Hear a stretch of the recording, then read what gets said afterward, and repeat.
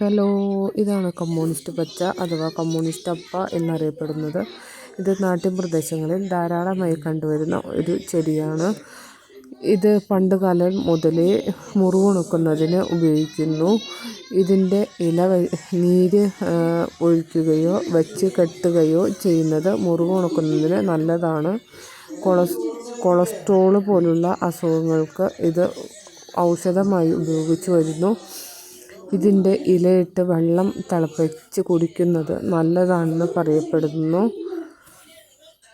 Uric acid പോലുള്ള രോഗങ്ങൾക്ക് വളരെ നല്ലതാണ് എന്ന് പറയപ്പെടുന്നു. പണ്ടുകാലം മുതലേ കൃഷിയിടങ്ങളിൽ അടിവളമായി ഇത് ഉപയോഗിച്ചു വരുന്നു.